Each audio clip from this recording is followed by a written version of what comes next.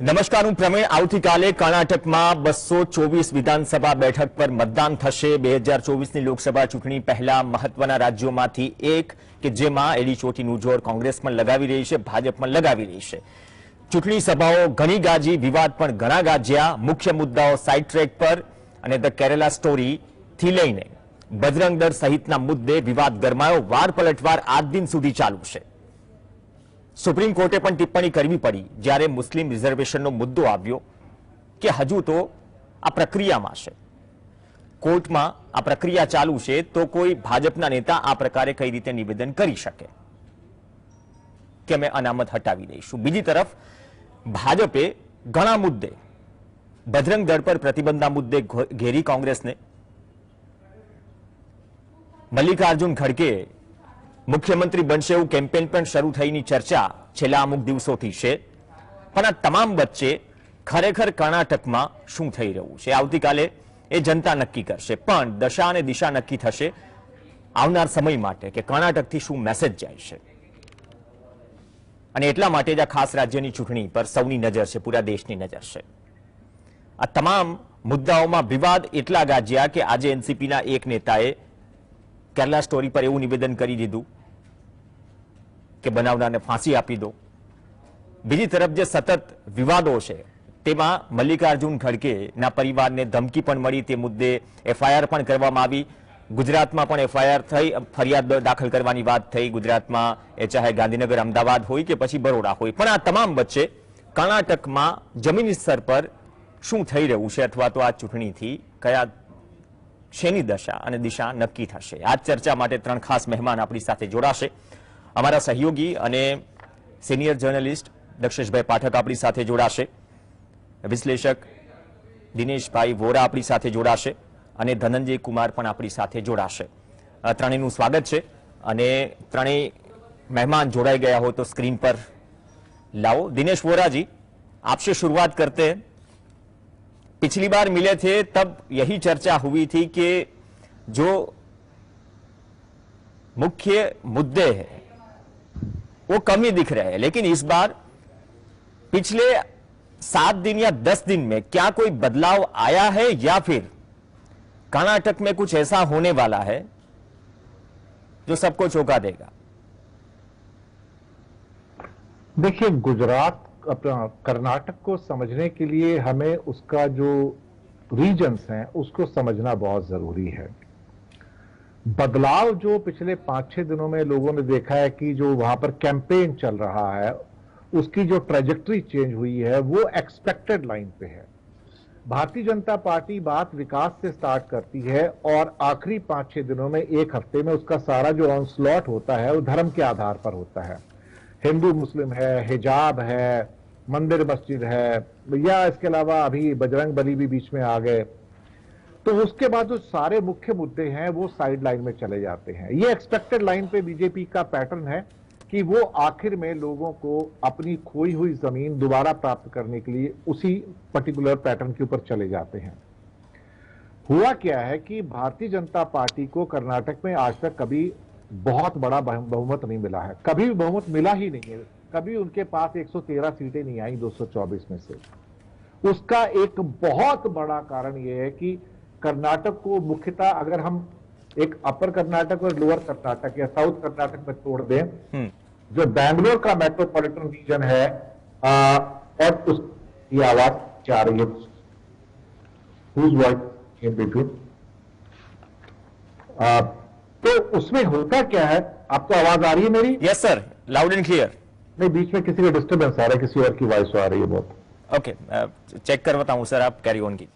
जी, तो होता क्या है कि जो हमारे नॉर्थ के जो हिस्से हैं कर्नाटक में, जो नॉर्थ कर्नाटका है, हैदराबाद कर्नाटका, जैसे कल्याण कर्नाटका कहते हैं, या जो कोस्टल कर्नाटका, सेंट्रल कर्नाटका है, यहां पे बीजेपी की पकड़ अच्छी है, सिवाय एक हैदराबाद कर्नाटक के. लेकिन जो दक्षिण कर्नाटक आता है, जिसमें कि मांड्या, हासन, मैसूर, कोडागू या साथ में आपका चामराजनगर है, यहां पे बीजेपी बहुत कमजोर है. 55 में से मुश्किल से 5 सीटें उनके पास, 4-5 बस. दूसरा एक बैंगलोर का मेट्रोपॉलिटन रीजन है जिसमें रामनगर भी आता है, तो 32 सीटों में से 11 सीटें हैं. ये पेन पॉइंट है बीजेपी का, मैं आपको बताऊं. तो बीजेपी की प्रॉब्लम यह है कि जितना मर्जी जो एक्सेल कर ले नॉर्थ कर्नाटका में, सेंट्रल कर्नाटका में, कोस्टल कर्नाटका में, वहां पे वो सैचुरेशन पॉइंट पे है। सैचुरेशन पॉइंट कैसे? जैसे बागलकोट में 7 में से 5 सीटें, बेलगावी में 18 में से 10 है, धारवाड़ में 7 में से 5, गडाग में 4 में से 3, हावेरी 6 में से 4, इसके अलावा जो कोस्टल कर्नाटका 19 में से 17 सीटें हैं। तो कहां जाएंगे अल्टीमेटली? शिवमोगा 7 में से 6, दावनगिरी 7 में से 5, चित्रदुर्गा 6 में से 5। तो आप जाएंगे कहां? इससे ऊपर जा नहीं सकते, आप सैचुरेशन पॉइंट पे हैं। दूसरी बात, जो साउथ कर्नाटका का जो होल्ड है वो सारा का सारा कांग्रेस और जेडीएस के बीच में बटा हुआ है। अब यहां पर भारतीय जनता पार्टी ने नंदनी का भी सारा प्रॉब्लम उठाया। आपको मालूम है, अमूल को लादने की कोशिश की, वो बूमरैंग कर गया और बीजेपी को बैक ट्रैक करना पड़ा। जब तक भारतीय जनता पार्टी दक्षिण कर्नाटक और जो बैंगलोर मेट्रोपॉलिटन रीजन की 32 सीटें हैं वहां पर एक इनरोड्स नहीं बनाता है, तब तक कुछ नहीं होता है। एक चेंज आता है, मैं आपको बताऊं। मोदी जी ने 2 रोड शोज किए, 26 किलोमीटर का और 10-12 किलोमीटर का। ये सारे रोड शोज बैंगलोर के थे, क्योंकि बैंगलोर ही एक वो जगह थी जहां से उन्हें होप थी। साउथ जो कर्नाटका, हासन, मांड्या, मैसूर, उसकी होप उन्होंने छोड़ दी है। तो अब 32 में से 11 सीटें थी। सोचते यहां 11 की 15 भी हो जाए तो अच्छा है, क्योंकि 4-5 सीटें ऐसी थी जो क्लोज कॉन्टेस्ट थे यहां पर। अब वो मोदी जी की इच्छा ये है कि वो 11 से बढ़ के 15 हो जाए तो कुछ प्राप्ति हो जाए, क्योंकि जो लॉसेस हमारे सेंट्रल कर्नाटका में और खासतौर से नॉर्थ कर्नाटका में, हैदराबाद कर्नाटका में आ रहे हैं और कोस्टल कर्नाटका में आ रहे हैं, उनको कवर नहीं किया जा सकता। इसलिए लास्ट मोमेंट पे बजरंग बली और उसके बाद ये सारे के सारे हनुमान चालीसा पढ़ना, एक किस्म से सारा का सारा एटमोस्फियर विटिएट हो गया पूरा का पूरा। मुझे लगता था कि एक डेस्पिरेशन है, एक बेचैनी है, घबराहट है और कैसे भी करके खोई हुई जमीन को वापस लाने की कोशिश थी। एक बात आप नोट कीजिएगा, मोदी जी ने कहीं भी भ्रष्टाचार की बात नहीं की, जबकि कर्नाटक में बीजेपी का भ्रष्टाचार सबसे ज्यादा है। इतना ज्यादा है कि आम आदमी भी कहता है कि दुखी हूं। और जितने भी सर्वे आए हैं उसके अंदर एक बात आई थी, इस सरकार के प्रति रोष, आक्रोश या नाराजगी जो है वो 50% से ज्यादा है। नॉर्मली जो एंटी इनकम्बेंसी इतनी हैवी होती नहीं है किसी स्टेट के अंदर, लेकिन इस स्टेट के अंदर थी। तो इनको ध्यान में रखते हुए फिर आखिर में फिर एक डेस्पिरेशन पॉइंट बचता है कि आप कैसे भी करके, कुछ भी करके आप धर्म के नाम पर वोट लेने की कोशिश कीजिए। यही चीज एक मुद्दा है, पिछली बार भी चर्चा की थी। लेकिन धनंजय जी, जिस तरह से वोरा साहब ने कहा कि ये सब चीजें, ये सब मुद्दे आखिरकार आ ही जाते हैं, चरम सीमा पर होते हैं। और आज ही एनसीपी के एक नेता ने द कैरल स्टोरी पे निवेदन किया, मतलब एक कमेंट की। लेकिन इन सब के बीच में ये 40% कमीशन वाला भी मुद्दा रहा। इलेक्शन कमीशन ने भी एक टिप्पणी की कुछ दिन पहले। लेकिन लिंगायत समुदाय की जब हम बात करते हैं, कोई भी दल हो तो वो हथेली पे रखता है कुछ समुदाय को, किसी भी राज्य में आप जाइए। लेकिन जो लास्ट अभी अपडेट आया है कि एक बड़े फ्रंट ने, वीरशैव लिंगायत फोरम है, उसने ओपन लेटर लिख के कांग्रेस को सपोर्ट करने की बात की है। और क्योंकि सेटर को टिकट नहीं मिला हुबली से, तो इन सब चीजों में क्या सही में यही वही वाला कंटेस्ट है जो हर बार कर्नाटक में होता है, या इस बार कुछ अलग है? जिस तरह से दिनेश जी ने बात की, क्या लिंगायत ही डिसाइड करेंगे सिंगल लार्जेस्ट पार्टी या सरकार कौन बनाएंगे, या बाकी तेवर जो दिखा चुके हैं वो तेवर रिजल्ट में भी हमें देखने को मिलेंगे? देखिए, लिंगायत समाज हो या बोकाल लिंगा हो या अल्पसंख्यक समाज हो या दलित समाज हो या कोई समाज, इस समाज की भागीदारी तो होती है, लेकिन मुझे लगता है कि वही केवल निर्धारित नहीं करते। कई सारे मुद्दे। अब प्रधानमंत्री जो है आपके बीजेपी के प्रधानमंत्री नरेंद्र मोदी जी, उन्होंने बजरंगबली को साथ ला। अगर उनको लिंगायत समाज पर या बोकाल लिंगा समाज पर या अपने मुंबई पे या अपने ही काम पे भरोसा होता तो अपनी बात करते। उन्होंने अपनी बात नहीं की, उन्होंने बात की बजरंगबली की। उनके नड्डा साहब कहते हैं कि मोदी जी को चुन लीजिए। अब मोदी जी गुजरात के प्रधानमंत्री बनेंगे, हिंदुस्तान के प्रधानमंत्री बनेंगे, कर्नाटक के प्रधानमंत्री बनेंगे, पता नहीं कहां कहां के प्रधानमंत्री बनेंगे। वो तो अमेरिका के भी राष्ट्रपति बन गए थे अब की बार ट्रंप सरकार। तो मर्यादाओं को जितना रौंदा जा सकता है, नरेंद्र मोदी जी की सरकार ने, नरेंद्र मोदी जी ने उतनी मर्यादाओं को रौंदा।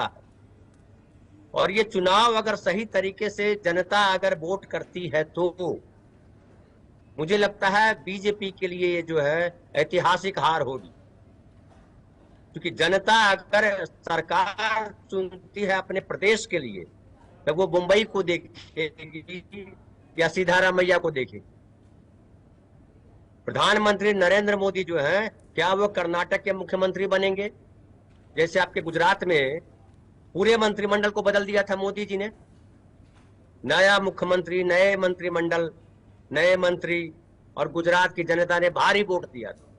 चलिए, गुजरात के लोगों ने वोट दिया क्योंकि गुजरात के लोगों को लगता है कि हमारे स्टेट का प्रधानमंत्री मोदी जी भी है, भी गुजरात के प्रधानमंत्री। नहीं, वो मैसेज एक गया ना, 156 सीट भी आई, तब भी सवाल उठे, मुद्दे यहां पर भी थे, मुद्दे यहां पर भी ज्यादा थे। और ज्यादा से ज्यादा जो एंटी इनकम्बेंसी की बात है कि ज्यादा सालों तक कोई सरकार अगर सत्ता में रहती है तो एंटी इनकम्बेंसी बनती है, लेकिन 156 सीटें दी। लेकिन कर्नाटक की स्थिति आप थोड़ी अलग मानते हो, वहां के भी मुद्दे हैं जो कि चर्चा में नहीं हुए, चर्चा में नहीं आए, प्रचार में नहीं आए। तो वही तो सवाल है कि क्या जनता मुद्दों पर वोट करती है? क्या जनता भ्रष्टाचार के खिलाफ वोट करती है, करेगी कर्नाटक की जनता? क्या कर्नाटक की जनता इस बात के लिए वोट करेगी कि बेरोजगारी, महंगाई बढ़ी हुई है? हमारा ये अनुभव नहीं है कि जनता जो है मुद्दों पे वोट करती है, जो उनकी समस्याओं से जुड़े मुद्दे होते हैं। हमारा अनुभव ये है कि जनता जो है धर्म और जाति के नाम पर वोट करती है। अगर आप लिंगायत समाज ने अगर ओपन लेटर लिखा है कि कांग्रेस को समर्थन दीजिए तो करना चाहिए। कल चुनाव है, देखिए क्या आता है उसके बाद परिणाम 13 मई को। लेकिन मुझे लगता है कि मोदी जी जो जादू चलाते हैं, मोदी है तो मुमकिन है, और बजरंग बली आते हैं तो बजरंग बली के सामने कौन जीतेगा भाई? अब ये कर्नाटक की जनता को समझना है कि उनको बजरंग बली को बचाने के लिए वोट देना है या अपने बच्चों के, अपने भविष्य को बचाने के लिए वोट करना। 40% वाली सरकार चुनना है या ऐसी सरकार चुनना है जो उनकी समस्याओं पे बात करे। एक बड़ी अच्छी बात मुझे लगी कांग्रेस के पूरे प्रचार में, वो चाहे खड़गे हो या राहुल गांधी या प्रियंका गांधी हो, उन्होंने प्रचार के दौरान मर्यादाओं का पालन किया। ऐसी कोई भाषा नहीं बोली जो असंवैधानिक कही जा सकती, जो चुनाव में नहीं बोली जानी चाहिए। लेकिन धनंजय जी, बीच में मतलब मल्लिकार्जुन खड़गे ने जो स्टेटमेंट दिया था उसके बाद थोड़ा स्पष्टीकरण भी किया, उस हिसाब से कुछ अर्घटन गलत हो गया या फिर अच्छे से वो नहीं किया, तो वो बात भी थे। मतलब वहां पे ऐसा कोई स्टेटमेंट आता है तो मतलब वो विक्टिम कार्ड भी हमें हर एक इलेक्शन में देखने को मिल जाता है। दक्षेश भाई हमारे साथ है। दक्षेश भाई, જે રીતે ધનંજયજીએ વાત કરી કે કયા મુદ્દાઓ પર જનતા વોટ કરે છે અથવા તો શું મુદ્દાઓ પર વોટ કરે છે જનતા, જે કર્ણાટક ઇલેક્શનમાં અથવા તો છેલ્લા 10 કે 15 દિવસમાં આપણે જે મુદ્દાઓ જોયા, દર વખતની જેમ થોડા અભ્યાસક્રમની બહાર હોય છે, તુષ્ટિકરણની રાજનીતિનો દરેક પક્ષ એકબીજા પર આરોપ લગાવે છે, પણ જ્યાં સુધી કર્ણાટકની વાત છે તો 24 પહેલા એવું સ્ટેટ કે જ્યાંથી ઘણા બધા મેસેજ જશે, જે મુદ્દા કદાચ કર્ણાટક કે ગુજરાતના કે રાષ્ટ્રીય સ્તર પર છે, એ મુદ્દા માનો છો કે નથી એટલા ચર્ચાયા? જે પેટર્ન ચાલી આવી રહી છે એ જ પ્રકારે કર્ણાટકમાં આપણે ચૂંટણી પ્રચાર જોયો? સૌથી પહેલા તો કર્ણાટક ભારતનું એવું સ્ટેટ છે કે જ્યાં મોટે ભાગે યંગસ્ટર્સ ની પોલિટિકલ અવેરનેસ એનલાઇટન છે, જાગૃત છે મતદાર, અને પ્રજા હાઈલી એજ્યુકેટેડ છે.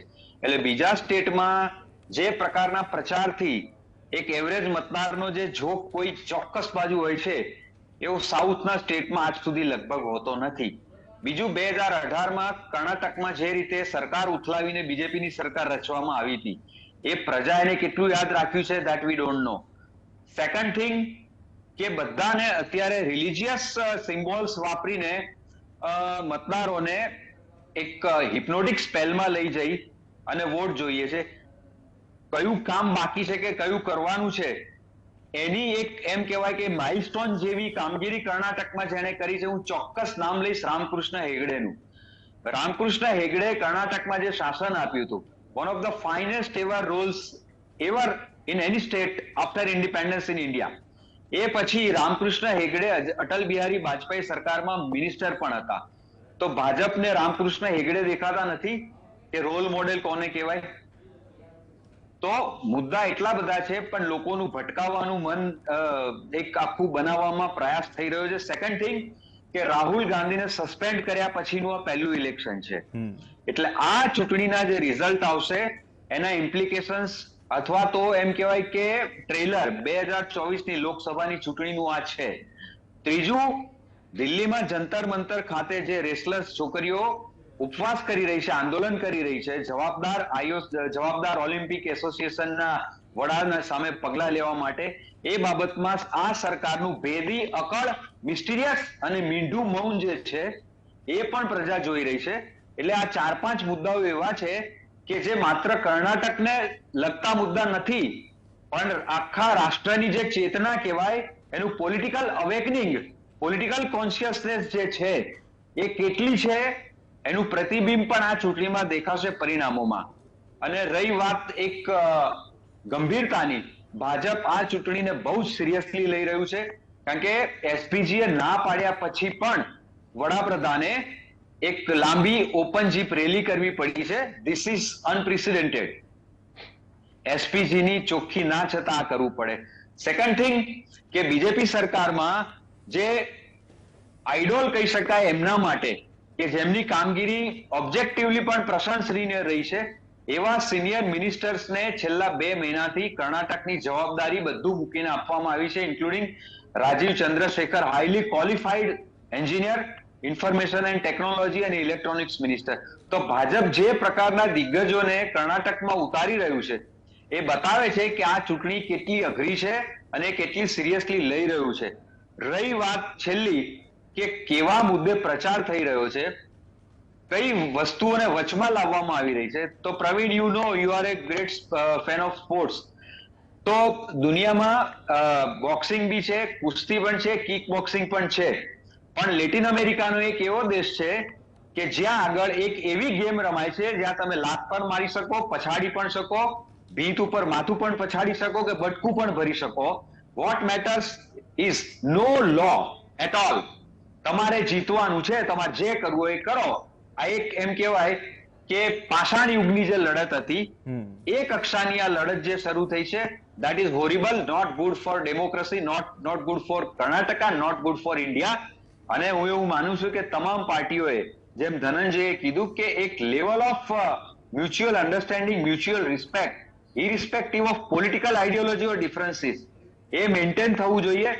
અન્યથા પરિણામ જે પણ આવે, જે કોઈ પણ જીતે, we are as objective as we should be, પણ એક હેલ્ધી ડેમોક્રેસી સિસ્ટમ એક એસ્ટાબ્લિશ થાય આ ચૂંટણીમાં એવી આપણે આશા રાખીએ છીએ.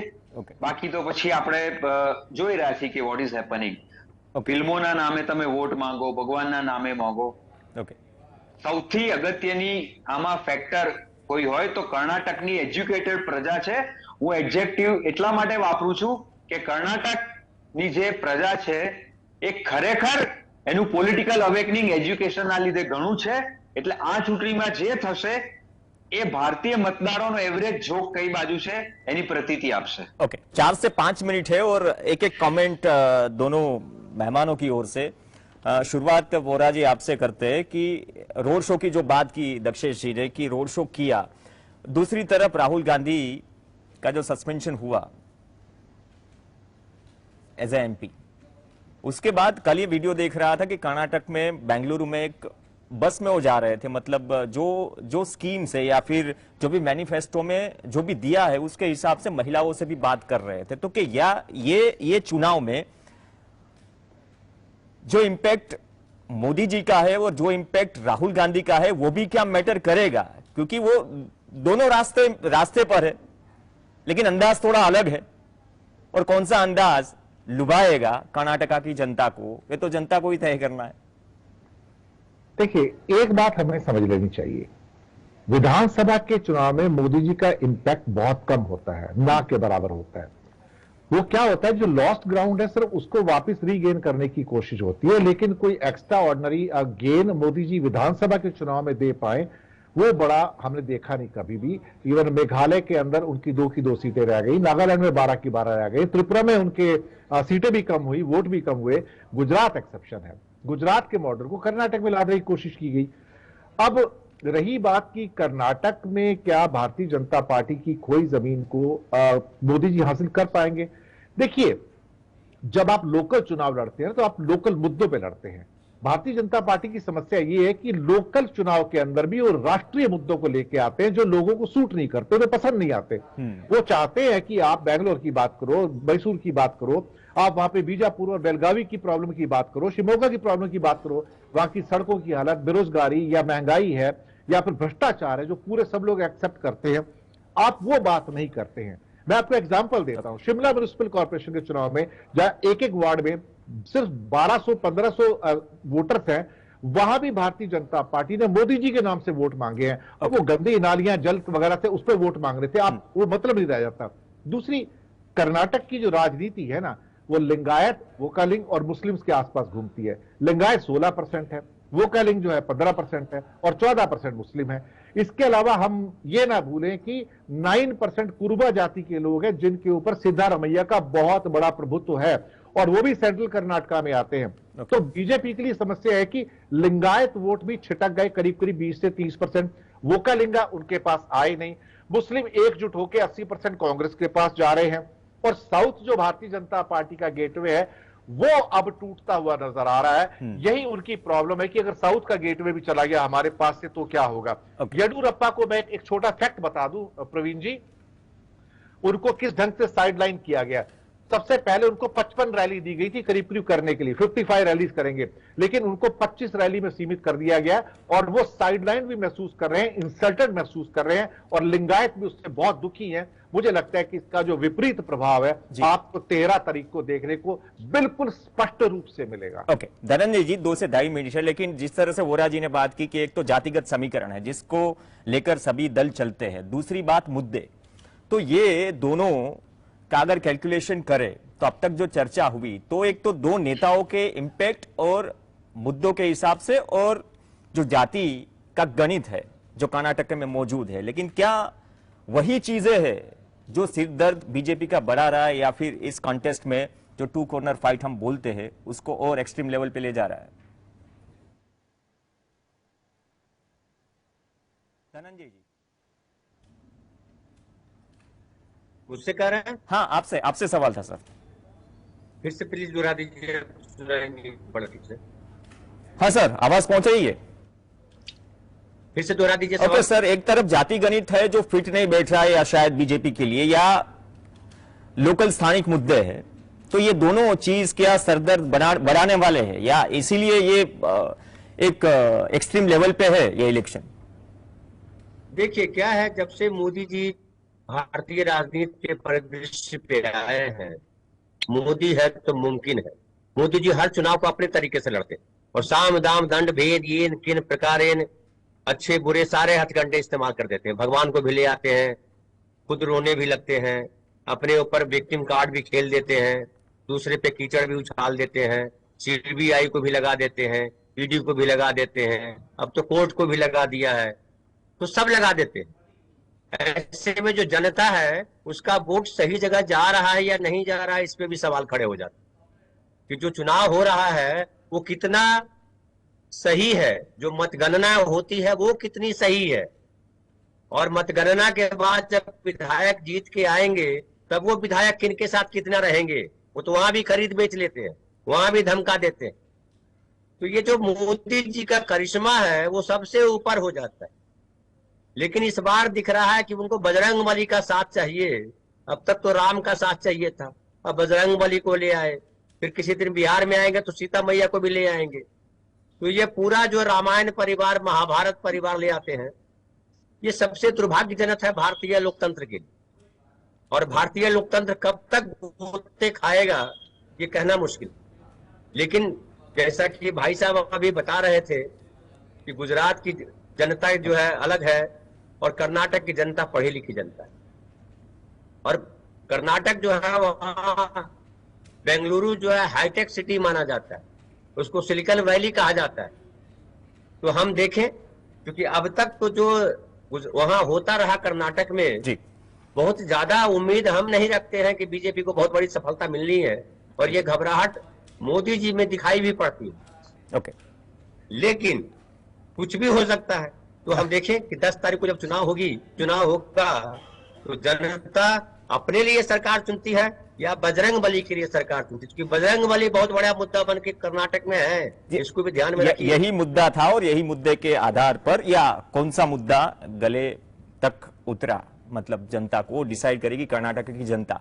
और कल दिन भर भी अब खास मेहमान जुड़ेंगे हमारे साथ, पण धन्यवाद त्रणेय खास मेहमानों, दिनेश वोराजी, धनंजय कुमारजी और दक्षेशजी, आपनो पण धन्यवाद। तो कर्नाटक में आवतीकाले 224 बैठक पर वोटिंग है, 13 तारीखे ईवीएम खुलशे અને જનતા નક્કી કરશે કર્ણાટકની કે કઈ વાત કયા મુદ્દા ગળે ઉતર્યા અને 24 પહેલાની દશા અને દિશા પણ નક્કી કરશે આવતીકાલે કર્ણાટક સ્ટેટ।